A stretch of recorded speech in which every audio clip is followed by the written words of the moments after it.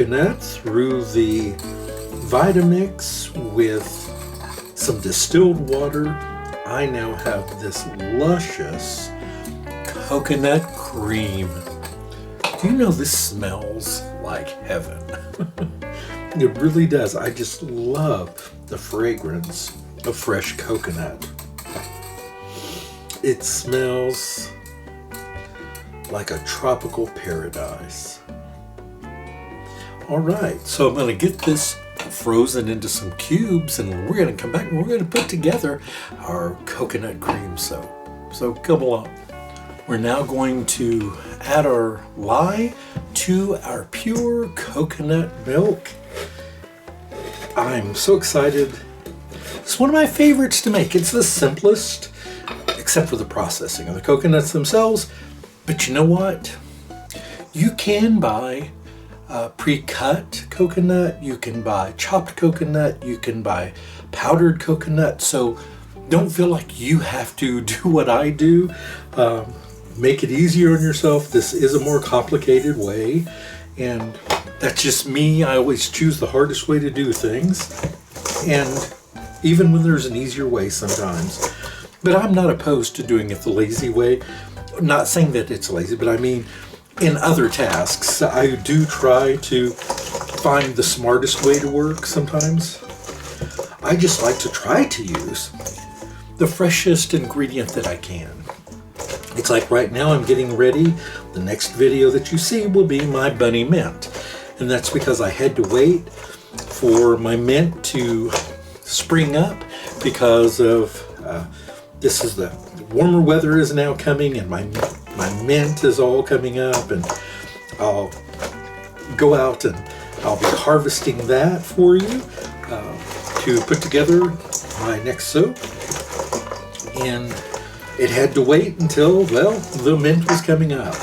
Other things like the dandelions are already, their buds are forming, so I'll be harvesting that. It's going to be a busy time.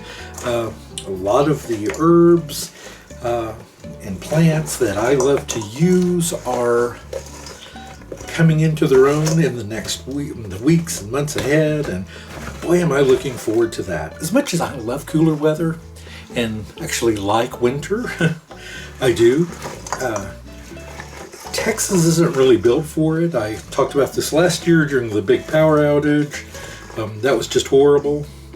One thing you don't want during a once in a lifetime ice storm in Texas is to have a power outage in the midst of that and not be able to stay warm.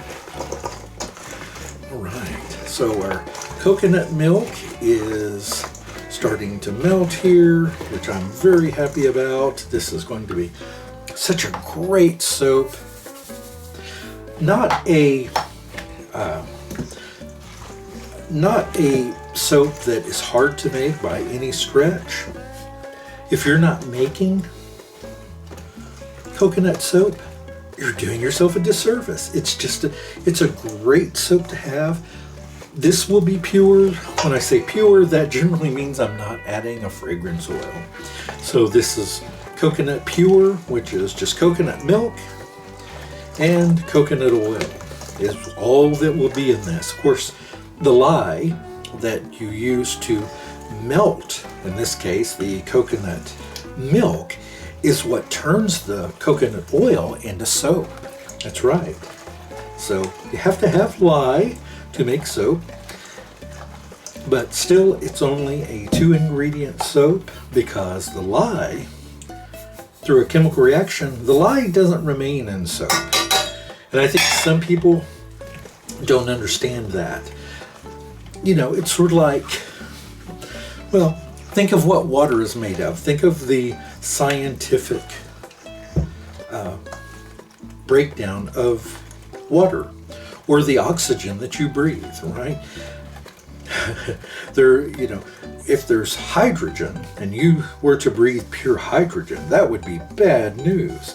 But luckily, through a chemical reaction, it's completely safe for you to breathe in the amounts that we breathe. Lye, through its chemical reaction with water, or in this case, coconut milk, or goat milk, or whatever, creates, with its interaction with oils, creates soap. And I think that is still one of the most remarkable things ever. I love science. I love the beauty of it. I love the mystery of it. And I love the results of it. That it gives us something that makes our lives better, in my opinion. And I know a lot of people don't use bar soap. And that's fine. It's whatever works for you. If you prefer liquid soap, go for it. I love, for instance, I make my own Castile liquid soap. That's the Kind and Clean is the name of it. And I love it in the shower. I use it like a bath wash. But on a day-to-day when I'm washing my hands, and I like a bar soap. That's just me. I prefer it. I have used both the liquid soap for washing my hair. I've made shampoos before. I still like a good old bar of soap. Maybe that's why I have my old frizzy hair, but I think that that's because of it's my birthright to have that, and not because of the soap I use. As a matter of fact, I will tell you that the lady that's interested in cutting my hair has told me time and time again that my hair is strong, that it's very shiny, that it's very desirable for making wigs and that sort of thing. And she wanted to know what shampoo I used, and I said I don't use shampoo, I use a bar soap. I think she was very surprised by that. All right, so our coconut milk is now dissolved. So I'm going to set this aside and I'm going to get our coconut oil. So here I have my coconut oil here all ready to go. This is going to be a very pure soap. It's pure coconut milk and pure coconut oil. I am superfatting this at 20%, which is a very high superfat. But if we don't do that, this soap would be much too stripping on the skin.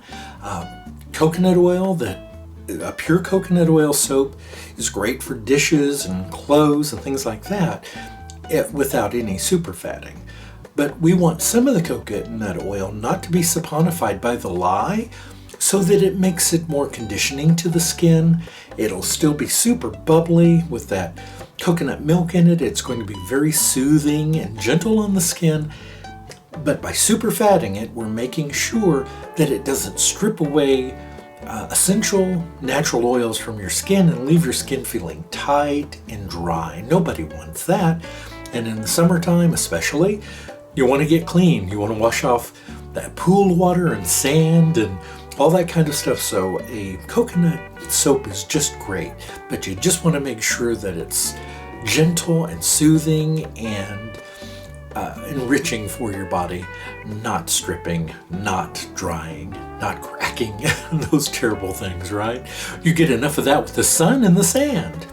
All right, so I'm going to get my oils prepared, and then we're going to come back. We're going to get our coconut milk and mixed with our lye solution and put this all together. So I've got my oils here now, my oil.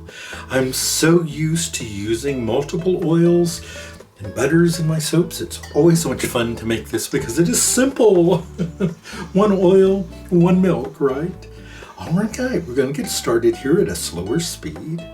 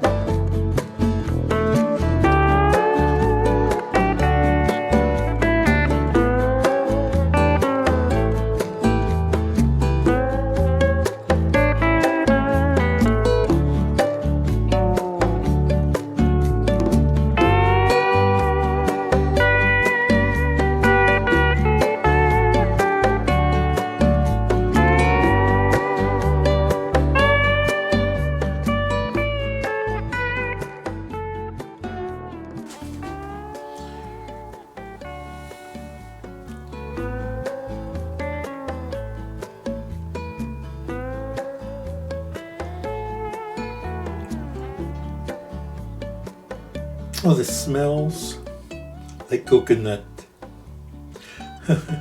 It's really a great fragrance.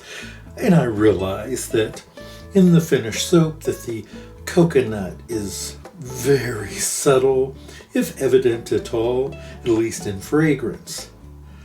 But in cleansing and in the ability to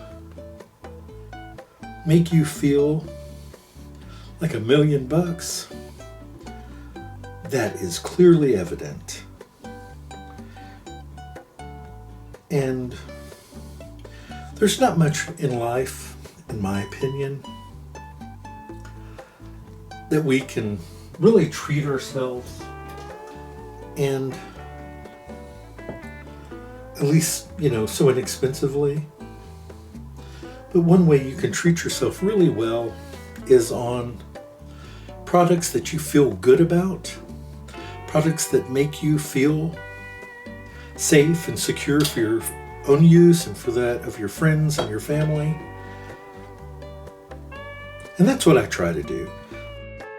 More than glitz or glamour, I believe that those things are very important. I'm pontificating again. I tend to get chatty when I make soap. You know why? In my job, I talk all day. That's what I do, is I talk. But I'm talking about work-related things. Sometimes I bring a little life into it, but most of the time. But when I come here to spend time with you all, I get to talk about other things that I like to talk about. And you're so kind because you listen. And the viewership on my channel is dwindling. I don't notice it. That very few people that have subscribed to my channel actually are watching my videos anymore. I don't know if I've offended folks. I don't know if it's something that I've done or that I've not done.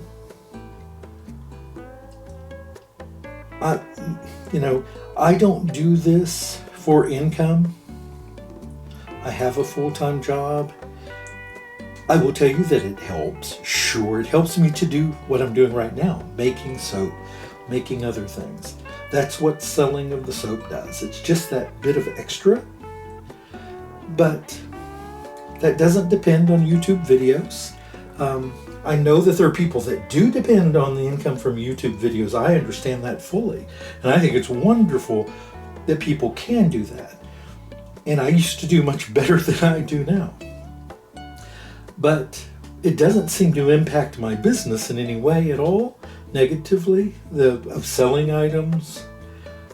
It brings me some new customers on occasion, so that's great.